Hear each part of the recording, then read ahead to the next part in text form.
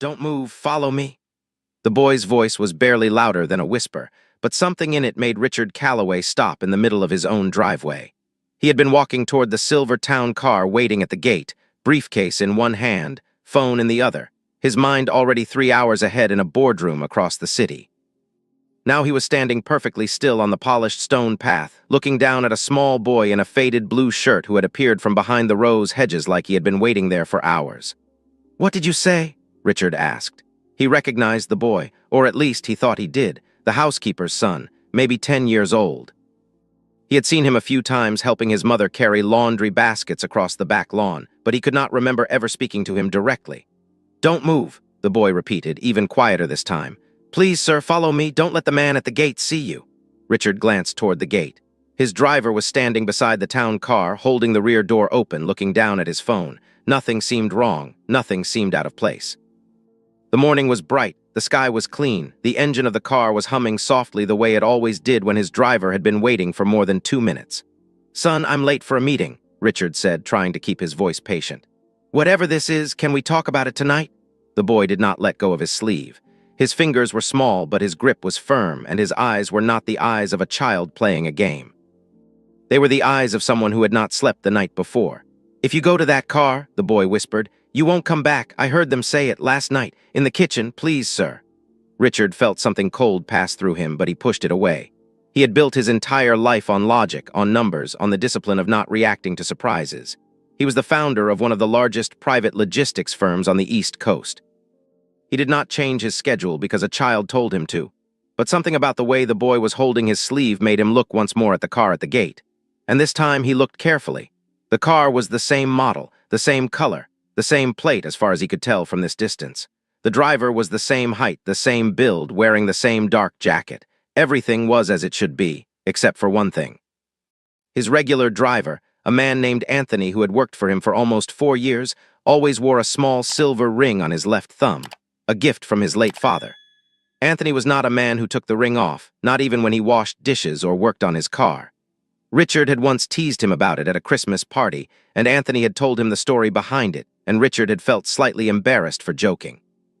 The man at the gate was not wearing a ring. "How do you know what you heard?" Richard asked quietly, his eyes still on the driver. "How do you know it was about me?" "Because they said your name," the boy whispered. "Mr. Calloway, they said it 3 times, and they said your wife paid them already, half last week, half when it was done." Richard's chest did not move for a long moment. He felt his lungs stop and then start again slowly, the way they always did when he received very bad news in a meeting and could not let anyone see it. "Walk with me," he said quietly. "Slowly, toward the side of the house. Don't run, don't look at the gate." The boy nodded once and let go of his sleeve. The two of them walked together across the stone path, past the fountain that Richard had paid more for than most people pay for a car, past the marble bench where his wife sometimes drank her morning coffee, and around the corner of the house where a tall row of cypress trees blocked the view from the gate.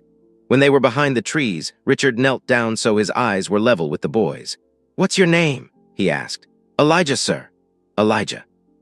Richard nodded slowly, as if locking the name into a place inside his head where important things were kept. "Tell me everything, slowly, don't skip anything, start from last night." Elijah took a deep breath. His shoulders were trembling slightly, but his voice stayed steady.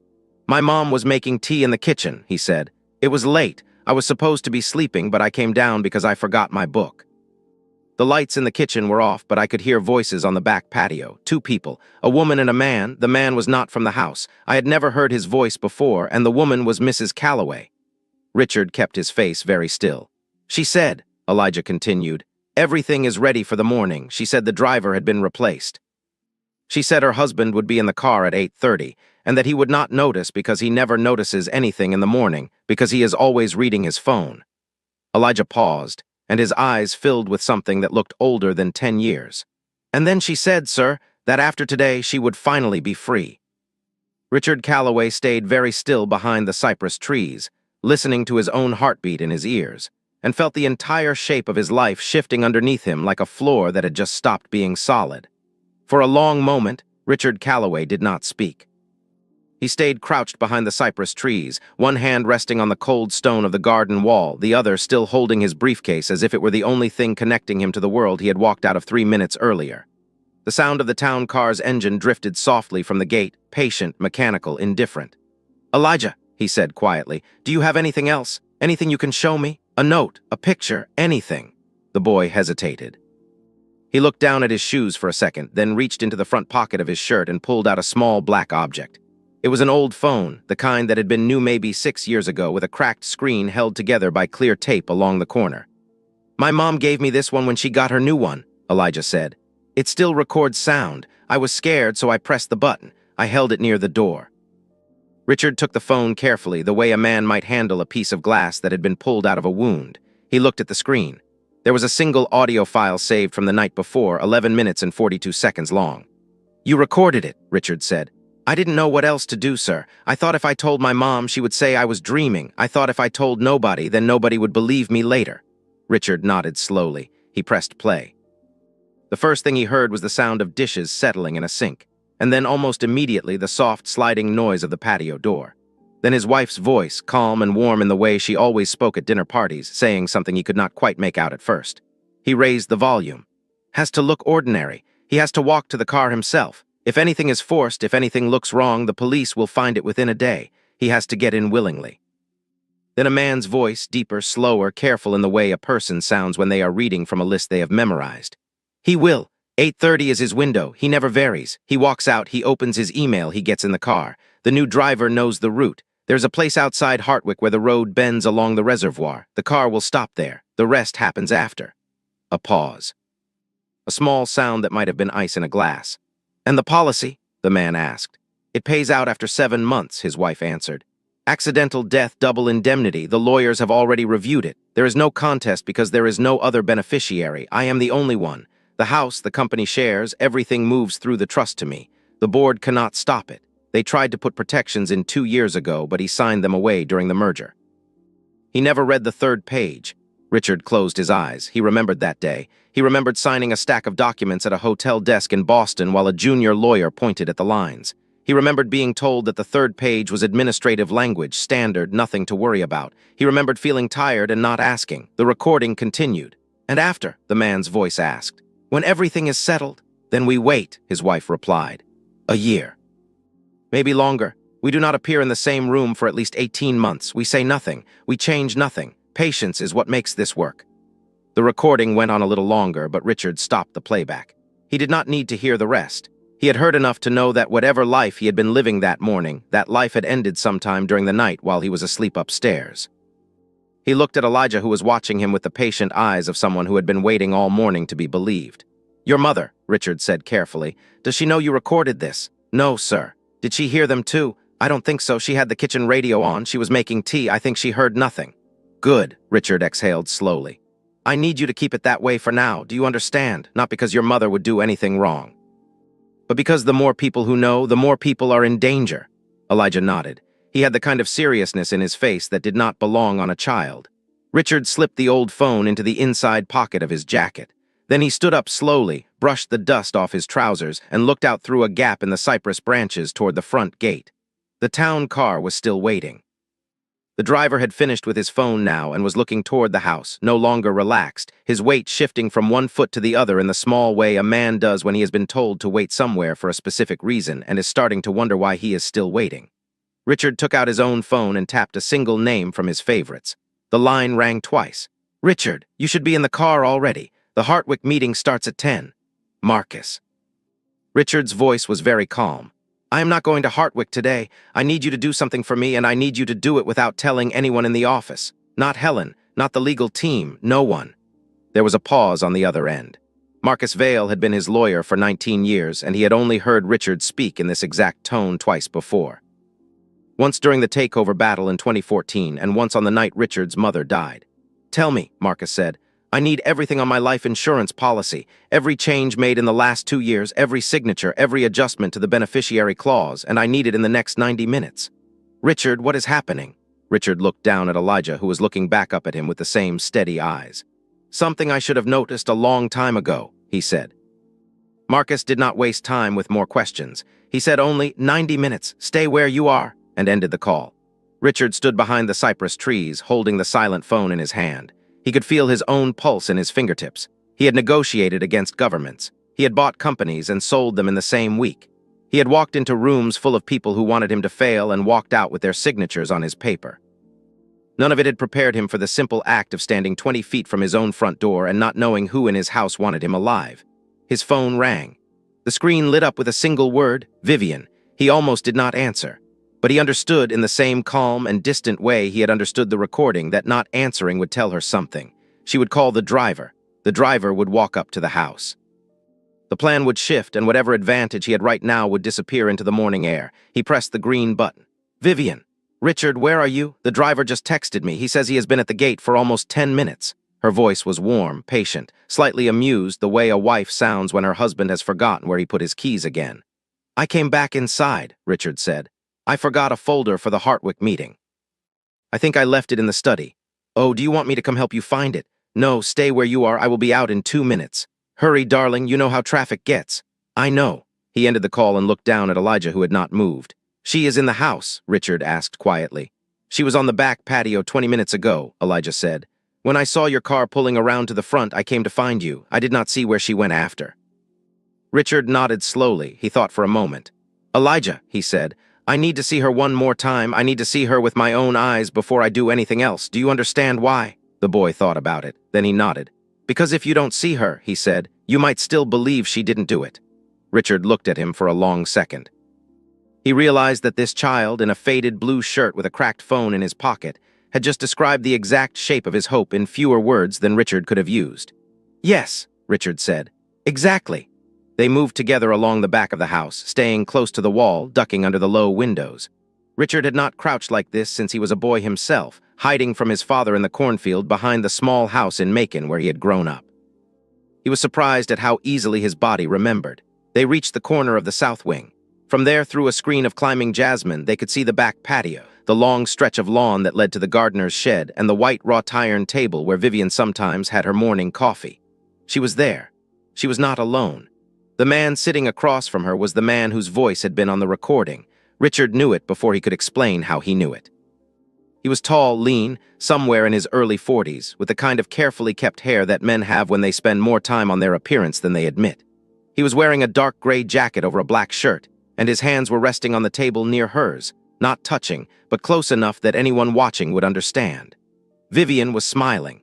She was wearing the light blue dress that Richard had bought her in Florence 2 summers ago. She had told him at the time that she would save it for something special. The man said something Richard could not hear. Vivian laughed softly and reached across the table and laid her hand on top of his. By tonight, she said, just loud enough to carry across the lawn, this will all be over. Richard did not move. He did not feel anger. He did not feel grief. He felt something stranger, something that did not have a name, something like the feeling of watching a photograph of yourself slowly catch fire from the corner inward. The man lifted her hand and kissed the inside of her wrist. And then, he said, we begin. Richard turned away from the screen of jasmine. He looked down at Elijah, who had also seen it, who had also heard it, and whose small face had gone very quiet. Come with me, Richard said. They walked together back along the wall, around the corner, and through the side door that led into the laundry room. Richard knew this part of the house only vaguely.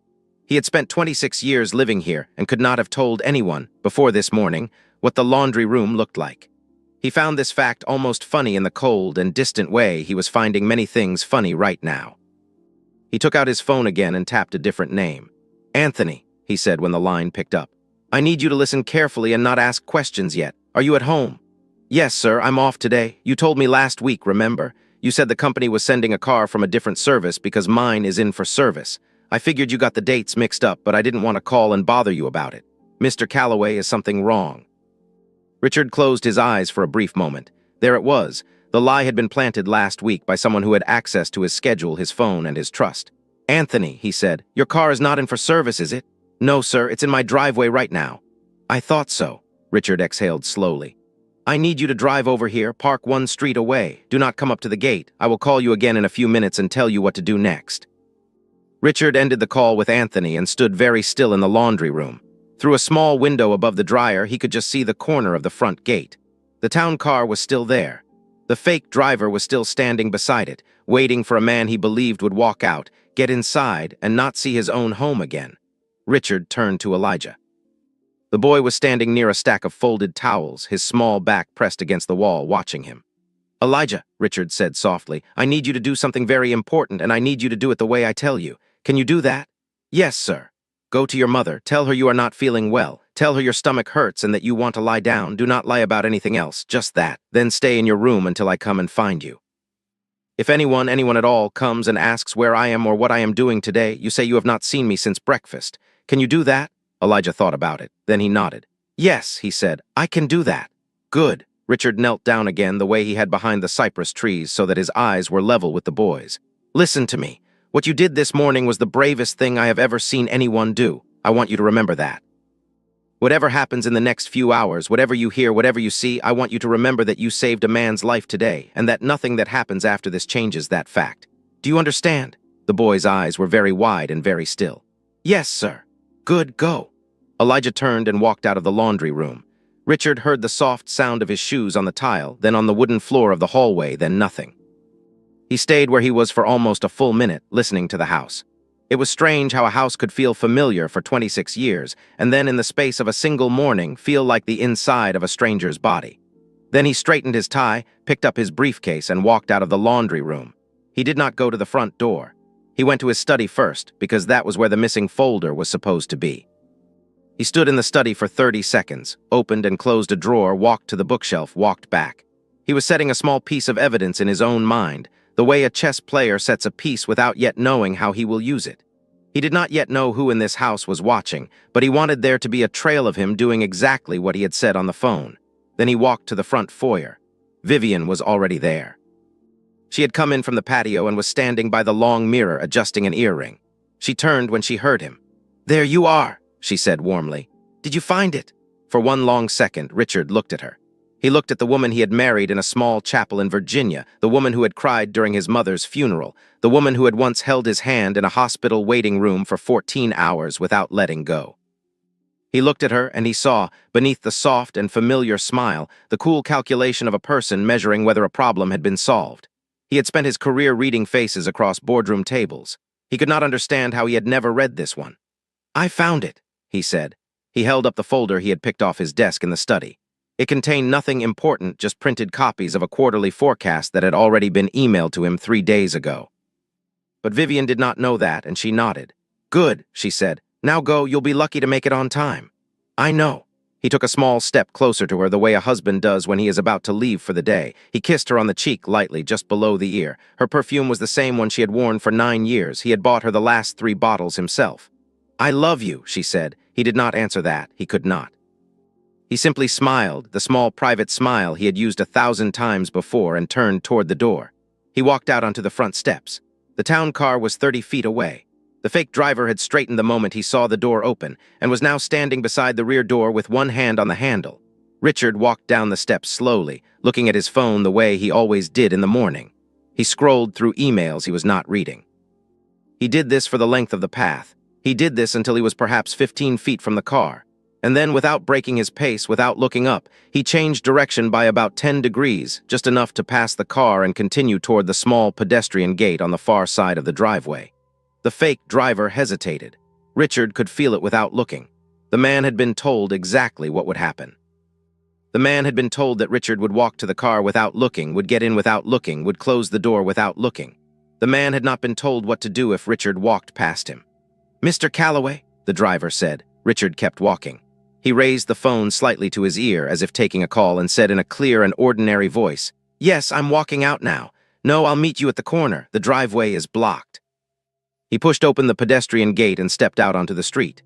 The town car did not follow. It could not. The driver had no instructions for this. Richard walked 20 steps down the sidewalk, turned the corner, and saw Anthony's silver sedan idling against the curb, exactly where he had been told to wait. Anthony Reed had been Richard's driver for almost 4 years, and in that time he had seen Richard tired, angry, distracted, and on 2 occasions slightly drunk after a particularly difficult quarterly review. He had never seen him look the way he looked now, walking down the sidewalk with his briefcase in one hand and his phone in the other, his face composed in a way that did not match anything happening around him. Richard opened the passenger door and got in. He did not sit in the back. Drive, he said. Anywhere, not toward the office, not toward the airport, just drive. Anthony pulled away from the curb. He waited until they were 2 blocks from the house before he spoke. Mr. Calloway, you want to tell me what is happening? I will, but first I need to ask you something, and I need you to answer me honestly. Last week, when you got the message about your car being in for service, who told you? Anthony thought for a moment. It was a text from the company dispatcher, came through the normal channel. Did you call to confirm? No, sir, I didn't think to. The message had the right format. It came from the right number. It said you'd be using a different service for the week and that I should take paid leave. I figured the company was switching providers again. They do that sometimes. Richard nodded slowly. Anthony, that message did not come from the dispatcher. It was made to look like it did. Someone has been planning this for at least a week, possibly longer, and whoever it was had access to my schedule, your number, and the company's communication formats. Anthony's hands tightened on the wheel. He did not ask for more. He did not need to. He had been driving wealthy men long enough to understand what kinds of plans took a week to set up. Where do you want me to go? He said quietly. There is a coffee shop on Pierce Street. The one with the green awning, parked behind it. My lawyer is meeting us there. They drove the rest of the way in silence. Richard watched the city slide past the window and thought about how strange it was that everything outside the car looked exactly the same as it had yesterday. Mothers were pushing strollers. A man was unlocking the front door of a hardware store. A delivery truck was double-parked beside a bakery. None of it knew that a man had almost disappeared from the world this morning. None of it would have noticed if he had. Marcus Vale was already at the coffee shop when they arrived. He was sitting at a corner table with 2 coffees and a leather folder. Dressed in the same plain, dark suit he wore to every meeting, whether it cost $10 or 10 million. He stood when Richard walked in, and the two of them shook hands in the careful way of men who had known each other long enough to skip the rest. Anthony stayed by the door, his back to the room, watching the street. Richard sat down. Marcus slid one of the coffees across the table. Tell me, Marcus said. Richard told him. He told him in the same flat and efficient voice he used when reporting losses to a board. He left nothing out. He told him about Elijah, about the recording, about the patio, about the dress from Florence, about the man with the carefully kept hair, about the fake driver, about Anthony's text message. He spoke for almost 15 minutes without stopping. Marcus did not interrupt once. He listened the way good lawyers listen, which is to say he wrote nothing down but missed nothing. When Richard finished, Marcus took a long sip of his coffee. All right, he said. I have the insurance information. I had it within 40 minutes of your call. I have not slept much in 19 years, and I do not intend to start today. He opened the leather folder and laid 3 printed pages on the table. Your policy, he said. Issued 11 years ago. Original coverage, $4 million. Standard for a man in your position at the time. It has been adjusted twice. The first time was 8 years ago after the company went public. Coverage was raised to $12 million. That adjustment was routine. I was in the room when you signed it. He tapped the 3rd page. The second adjustment was 14 months ago. The coverage was raised to $35 million. An accidental death rider was added, which doubles the payout to $70 under specific circumstances. The beneficiary clause was simplified. All conditional language was removed. Vivian is now the sole beneficiary with no contestable provisions, no waiting period, no exclusions for the first 2 years of the new coverage. Richard stared at the page. He could see his own signature at the bottom. He recognized the shape of it. He recognized the small curl he always put at the end of the second letter of his last name. He did not remember signing it. This is mine, he said quietly, but I do not remember this. I expected that, Marcus said. The signature was witnessed by a notary in a small office in Greenwich. The notary's name is on the 2nd page. I made some calls this morning. The notary retired 4 months ago and moved to Arizona. He has not answered his phone in 2 weeks. Richard set the page down slowly. Vivian was in Greenwich 14 months ago, he said. For the Hadley fundraiser, I remember because she came home and showed me the photographs. Yes, Marcus said, and the day before the fundraiser, according to the notary's log, you signed this document. I was in Tokyo that day. I know. The 2 men looked at each other across the small table. The coffee shop hummed quietly around them. Someone laughed at the counter. A spoon clinked against a cup. Marcus, Richard said. I want to know everything, who he is, where he comes from, how long this has been planned, and I want to know it before she does. Marcus closed the leather folder and looked at Richard with the steady patience of a man who had spent his career delivering bad news in measured doses. I already started, he said. I have a private investigator who has worked for me for 15 years. Her name is Hannah Reyes. She is very good and very quiet. I called her before I left my house this morning. She is already pulling records. Good, Richard said. What else? The insurance company will not pay out a claim without a body. Even with the accidental death rider, even with the simplified beneficiary clause, there has to be a death certificate or, in the absence of one, a court order declaring legal death after a missing persons case has been open for a specified period. In this state, that period is 5 years, so whatever they are planning, it does not end with you simply disappearing. It ends with you being found dead in a way that looks accidental. Richard absorbed this. The road outside Hartwick. The road outside Hartwick, Marcus confirmed. Where it bends along the reservoir, there have been 7 fatal accidents on that stretch in the past 9 years. The water there is deep. The current pulls toward the spillway.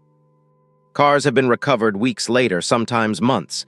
It is exactly the kind of location a man would choose if he wanted an accident to look like an accident. Richard did not say anything for a moment. They thought of everything, he said finally. They thought of most things, Marcus corrected. They did not think of the boy. Richard's phone buzzed on the table. He looked down. The screen showed Vivian. He let it ring twice. Then he picked it up. Vivian. Richard, where are you? Her voice was no longer warm. It was not yet alarmed, but the warmth was gone. The driver called me. He says you walked past the car. He says you got into another car at the corner. What is going on?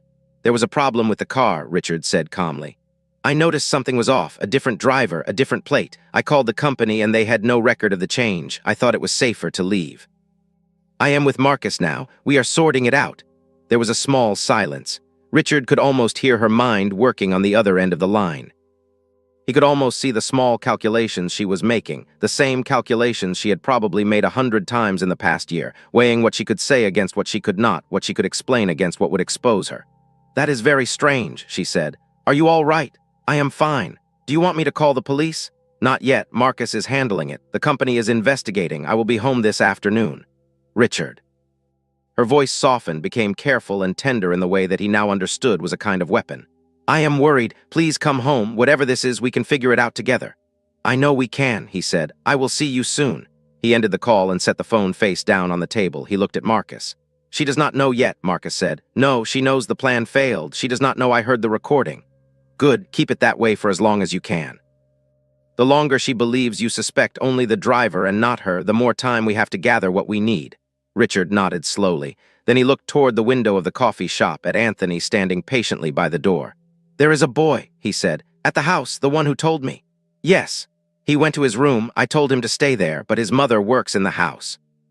The man I saw on the patio is gone now, but he will come back and Vivian will tell him what happened and they will start looking for reasons. They will start looking for how the plan went wrong. They will look at the staff. They will look at the boy. Marcus considered this. How many people work on the property? 6 full-time, the housekeeper, who is the boy's mother, the gardener, the cook, 2 security personnel, 1 assistant who handles the household scheduling. There are also contract workers who come and go. And the boy's mother, does she live on the property? Yes, there is a small staff residence behind the south wing. She and her son have lived there for almost 3 years. Marcus picked up his phone and dialed a number. He spoke quietly for less than a minute, then put the phone down. Hannah will have someone watching the residence within the hour, he said. Unmarked. They will not interfere unless they need to. But they will be there. Thank you. There is something else you need to think about, Richard. Yes. Whoever this man is, whoever Vivian has been planning this with, he is not just a boyfriend. The level of planning, the access to your documents, the manipulation of your driver's schedule, the manufactured signature, the choice of location. This is not a man who fell in love with your wife and got carried away. This is a man with experience, with patience, with a method. He has done something like this before, or he has been close enough to people who have. Richard looked at the closed folder on the table. Then find him, he said. Find out who he is, find out where he comes from, and find out who else he has done this to. Marcus nodded. He gathered the folder, stood, and rested one hand briefly on Richard's shoulder before walking out toward the front of the shop. Anthony caught Richard's eye from across the room. Richard signaled him over. Anthony, he said, I need to go back to the house, not yet, not today, but before this is finished, I will need to go back, and when I do, I need you to be the one driving. Anthony nodded once. I will be ready, sir. Richard looked out the window at the ordinary city continuing its ordinary morning. He had work to do. That afternoon, Richard checked into a small hotel on the north side of the city, the kind of place that catered to traveling consultants and did not ask questions about late check-ins or cash payments. Marcus had chosen it. Marcus had also paid for it under a different name, used a corporate card that did not appear on any of Richard's accounts, and arranged for a single room on the 4th floor with a window facing the parking lot. Richard sat on the edge of the bed for a long time before he did anything else. He looked at the carpet. He looked at the small painting of a sailboat above the desk. He looked at the curtains, which were the color of old coffee. He had not stayed in a room like this in 20 years. He found to his own surprise that he did not mind it. His phone buzzed on the nightstand, a message from Marcus. "Hannah has a name, calling you in 5 minutes." Richard nodded to himself, even though there was no one in the room to see it. He stood up and walked to the window. The parking lot below was almost empty. A delivery van was idling near the back entrance. A woman was loading groceries into the trunk of a small sedan. The world continued without him. The phone rang. "Marcus! Hannah is on the line with us. She's going to walk you through what she found. Listen first, questions after." A new voice came through, low, calm, professional. "Mr. Calloway, my name is Hannah Reyes. I'm going to keep this brief because we have a lot of ground to cover and not much time. The man you saw on your patio this morning is named Daniel Brennan. That is the name he is currently using. It is not the name he was born with." Richard sat down on the edge of the bed. "Go on," he said. "He was born Adrian Halst in Wisconsin in 1981. He changed his name legally in 2009 after the death of his first wife. Her name was Margaret Halst. She was 41 years old at the time of her death. She fell from a hiking trail in northern Michigan. There was an investigation. It was ruled accidental. She had a life insurance policy of $3.2 million. He was the sole beneficiary." Richard closed his eyes. "In 2014, Hannah continued, he was engaged to a woman named Karen Lynn. She lived in Seattle. She was a software executive. She broke off the engagement 6 months before the wedding date. Her reasons are not in the public record, but she filed a restraining order 3 weeks after the breakup. The order was granted. He left the state within a month. And then, in 2017, he married a woman named Renee Castell in Phoenix. She was 53. He was 36. She was wealthy. She had no children. They were married for 2 years and 8 months. She died in 2020. A house fire. The fire department ruled it accidental. He was not home at the time. The insurance payout was $4.8 million. Richard did not move. "And now," Hannah said, "he is here, with a new name, with your wife, with a $35 million policy and a stretch of road outside Hartwick." For a moment, no one on the line said anything. If this story is gripping you so far, please tap the like button and let us know in the comments where you are watching from. Stories like this only reach the people who need them when you share them. Subscribe to the channel so the next one finds you too. "Hannah," Richard said finally, "does Vivian know any of this?" There was a small pause on the other end of the line. "I cannot answer that with certainty," Hannah said. "But based on what I have seen so far, I would say no. The information about Adrian Halst is not easy to find. The name change was clean. The records are scattered across 3 states. The only reason I found it as quickly as I did is because the notary in Greenwich, the one who is now in Arizona, had handled paperwork for Daniel Brennan once before, in a real estate transaction 2 years ago. That gave me a thread to pull. Without that, it would have taken much longer." "Then she is also a victim," Marcus said quietly. "She is also a participant," Richard replied. "Yes, both things can be true." Richard rubbed his hand slowly across his face. The cold and distant feeling that had been holding him together since the morning was beginning to crack along its edges. He could feel it, the way a man feels the first small movement of a wall that has been about to fall for a long time. "What do we do?" he said. "We have several options," Marcus said. "We can go to the police now. We have the recording, the insurance documents, the false signature, the witness, the history on Brennan. It is enough to open an investigation. They will arrest him within 24 hours, possibly sooner. Vivian will be questioned. She will hire a lawyer. The case will move slowly, but it will move." "What is the other option?" "The other option is more difficult and more dangerous. We give Brennan another chance to act. We let him believe the plan can be salvaged. We watch where he goes. We listen to what he says. We catch him not just on intent, but on action. We catch him in a way that closes every door he might try to walk through." Richard looked at the small sailboat painting above the desk. "He has done this twice before," he said. "At least twice. And both times he walked away." "Yes, then we do it the second way," Richard said. "I do not want him to walk away again." Marcus was silent for a long moment. "All right," he said. "Then we begin tonight." That evening, Richard returned to the house.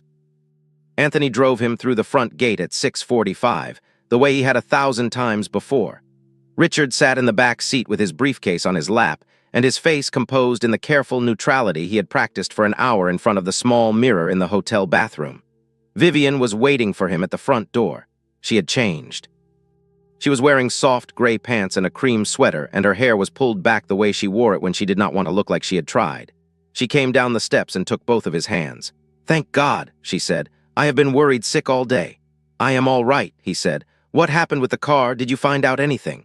"The company is investigating. It looks like someone impersonated the dispatcher and rerouted the assignment. Marcus thinks it may have been an attempted robbery. There have been a few of these in the city recently. Wealthy men, black cars. The drivers are sometimes paid off. He watched her face as he said it. He watched for the small flicker of relief that would tell him the explanation he had constructed was being absorbed exactly as he had intended. It came, a small softening around her eyes. A faint exhale she did not realize she had been holding. "That is horrible," she said. "I am so glad you noticed. I almost didn't, but you did." "Yes." She put her arms around him. He returned the embrace, gently, the way he always had. He felt her breathing against his shoulder. He felt, for the first time in many hours, the specific sadness of holding a person who has decided you are worth more dead than alive. It was a sadness without sharp edges, slow and large and quiet, like a tide that had been coming in for a long time and only now was high enough to notice. "Come inside," she said. "I had cooked make your favorite. We can have a quiet evening." They had dinner at the long table. She lit candles. She poured him wine from a bottle he had bought 2 summers ago in Bordeaux. She asked him questions about his day, about Marcus, about the company's response, and he answered all of them in a calm and ordinary voice, giving her enough detail to seem honest and not enough to seem rehearsed. She listened. She nodded. She reached across the table once and touched his hand, and he let her. After dinner, she suggested they sit in the garden room. He agreed. They sat together on the long sofa, and she rested her head briefly on his shoulder, and he looked out through the tall windows at the dark shape of the patio where she had sat that morning with another man and decided exactly when he would die. At 10:30, she said she was tired. She kissed his forehead and went upstairs. Richard waited 15 minutes. Then he stood up, walked quietly through the dark hallway to the back of the south wing, and let himself out the side door. The night air was cool. The staff residence was a small brick building tucked behind a hedge of boxwood with 2 windows in the front and a single yellow light glowing above the door. He knocked softly. The housekeeper opened it. Her name was Tessa Walker. She had worked in the house for 3 years. She had a tired, intelligent face, and when she saw Richard standing on her doorstep at nearly 11 at night, she did not look surprised. She simply stepped back and let him in. "He is asleep," she said quietly. "He came home this morning saying his stomach hurt. He did not eat much at dinner. He fell asleep on the couch around 8. May I see him?" She led him through the small front room, past a tidy kitchen with 2 clean cups drying on a towel to a doorway at the back. Elijah was curled on a narrow bed under a thin blue blanket. His shoes were on the floor beside him. His school bag was open on the chair with a notebook spilling out, the pages covered in small, careful drawings. Richard stood in the doorway and looked at him. "Tessa," he said quietly without turning around. "I owe you the truth, some of it tonight, the rest in a day or two. Will you sit with me for a few minutes?" She nodded and led him back to the small kitchen. They sat across from each other at a wooden table. She did not offer him tea. She did not waste motion on small things. She simply folded her hands and waited. He told her, not everything, not Adrian Halst, not the recording in full detail, but enough. He told her that there had been a plan against his life that morning, that her son had warned him, that her son had almost certainly saved his life, and that the people behind the plan did not yet know that they had failed in the way they had failed. Tessa listened without interrupting. When he finished, she sat for a long moment with her hands still folded. "I knew something was wrong," she said quietly. "Not this, but something. He has been quiet for a week. He has been drawing the same things over and over. I asked him 3 nights ago if anything had happened, and he said no. I should have asked harder." "He kept it from you to protect you," Richard said. "Not because he did not trust you." She nodded slowly. Her eyes were wet, but she did not let anything fall. "What do you need from me?" she said. "I need you to act in front of my wife and anyone else exactly as you have always acted. I need Elijah to stay in this house with you until I tell you otherwise. There will be people watching the property quietly. You will not see them. They are there to keep you safe. And in 2 days, perhaps 3, this will be over. And then, he said, we talk about what comes next." The next 2 days passed slowly, the way a held breath passes. Richard moved through the house the way he had always moved through it, with the calm and slightly distracted attention of a man whose mind was on his work. He took calls in his study. He ate breakfast at the small table by the window. He kissed his wife on the cheek when he passed her in the hallway. He smiled at the cook. He nodded at the gardener. He did not change a single small habit because every habit was a piece of evidence in a story Vivian was reading, and any change would be a line out of place. On the second night over dinner, he mentioned the trip. "I have to go to Hartwick on Friday morning," he said. "The meeting from this week, they rescheduled it. I should have gone on Monday. I cannot put it off again." Vivian looked at him across the candles. She did not react immediately. She took a small sip of her wine, set the glass down, and then nodded. "Of course," she said. "Is the company sending a different driver this time?" "Marcus is arranging it through a new service. He says they have vetted everyone. Anthony will be driving. I told the company I wanted him specifically." "That sounds wise." "It is." She smiled at him. He smiled back. They both ate their dinner. Somewhere in the dark space between them, two plans were now moving forward at the same time, and only one of them knew that. Friday morning came clean and cold. Richard came downstairs at 7:30 in a dark suit with his briefcase and his coat over his arm. Vivian was already in the kitchen. She handed him his coffee. She straightened his tie. She kissed him at the door. "Be safe," she said. "I will." The car at the gate was a black sedan, identical in model and color to the one from Monday. Anthony was standing beside it in his dark jacket and his cap, his left thumb resting on the door handle with the silver ring catching the early light. Richard walked to the car at his usual pace. He did not look at his phone. He looked at Anthony. Anthony gave him the smallest nod. Richard got into the back seat. Anthony closed the door, walked around, and got into the front. The car pulled smoothly out of the driveway. For the first 10 minutes they drove in silence. They took the main road out of the city, then the highway north. The morning traffic was light. The sky was the color of pale slate. Anthony's eyes moved often to the rearview mirror. "They are behind us," he said quietly. "How many?" "One car so far, a dark gray sedan, 2 men inside. They picked us up near the Wilcox exit. They have been 3 cars back since then." "Hannah's team is tracking them." Richard nodded. He looked out the side window at the trees beginning to turn gold along the edges of the highway. He thought about Adrian Halst, who had once stood in a courthouse in Wisconsin and signed papers changing his name. He thought about Margaret Halst, who had gone for a hike on a Saturday morning and never come home. He thought about Renee Castill, who had bought a house in Phoenix and lit candles at dinner and gone to sleep one night and never woken up. He thought about Vivian, who at this moment was probably in the garden room with a cup of tea, waiting for a phone call that would tell her the worst day of her life had finally arrived. He did not feel rage. He had thought he would, but he did not. He felt something quieter, something harder to name, the way you feel when you watch a long sentence finally come to its period. Anthony took the exit for Hartwick. The road narrowed. The trees grew closer to the shoulder. After another 12 minutes, they came over a low rise and the reservoir appeared on the left, a long, flat sheet of water held in by a curving guard rail. The gray sedan was still behind them, 2 cars back now. A third car appeared ahead, parked at a small turnout where the road bent along the water. As they drew closer, Richard could see the driver standing beside it, leaning casually against the door, his face turned away.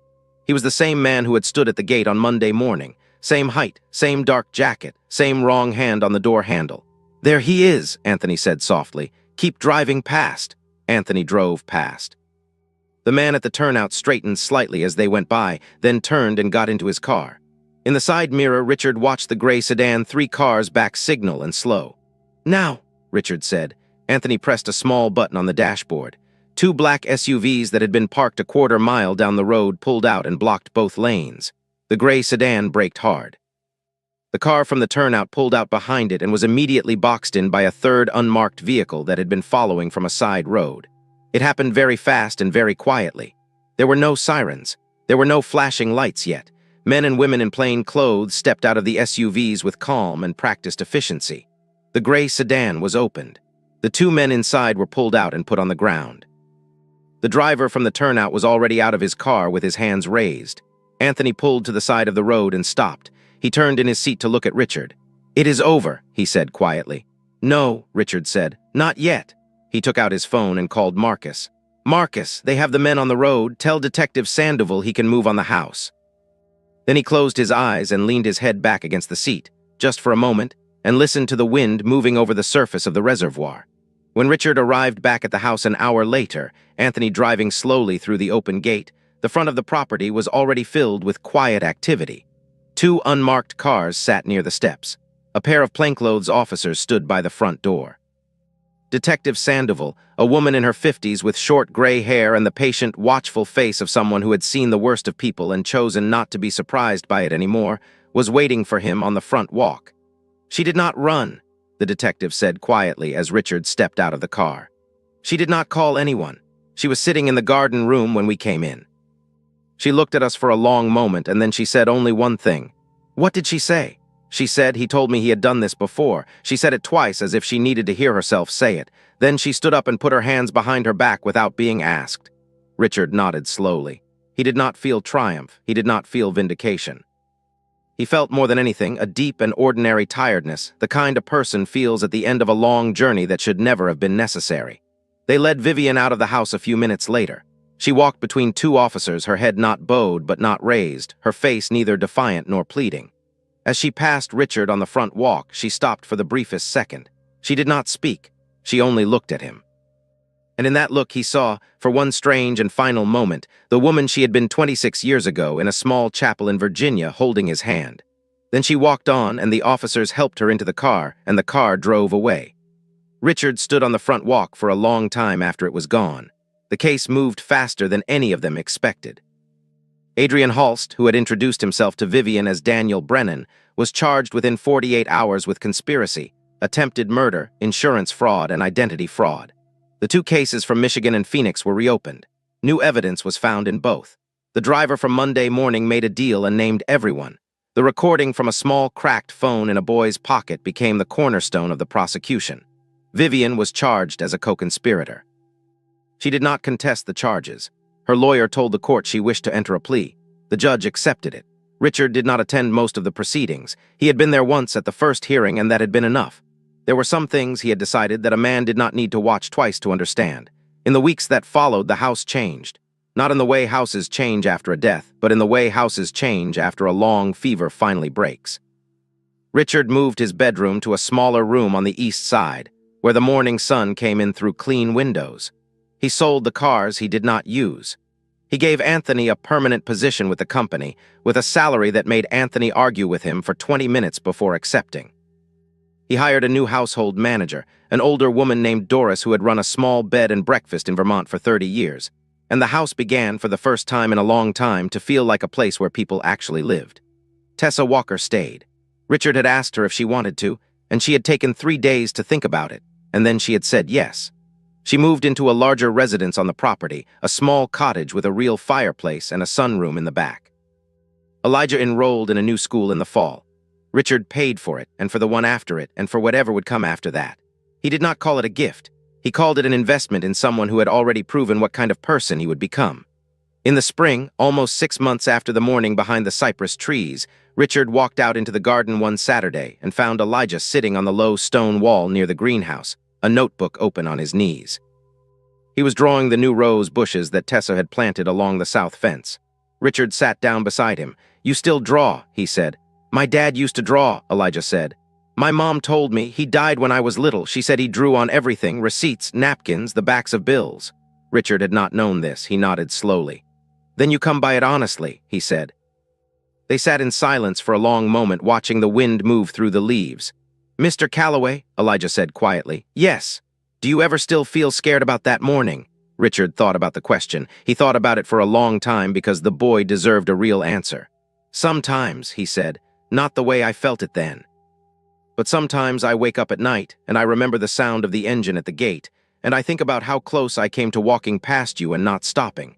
And what I feel then is not fear, exactly. It is something more like gratitude that has not yet learned how to sit still." Elijah nodded slowly.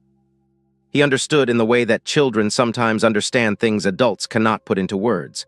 "My mom says," he said, "that doing the right thing does not always make your life easier, but it lets you look at yourself in the mirror without having to look away."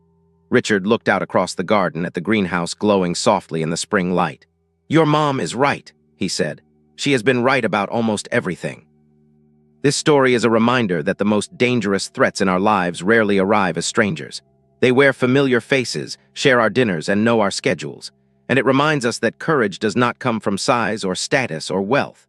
A child with honesty and the will to speak can change the entire course of a powerful man's life. Always pay attention to the small things. Never look away from what you know is wrong. And never underestimate the difference one brave voice can make.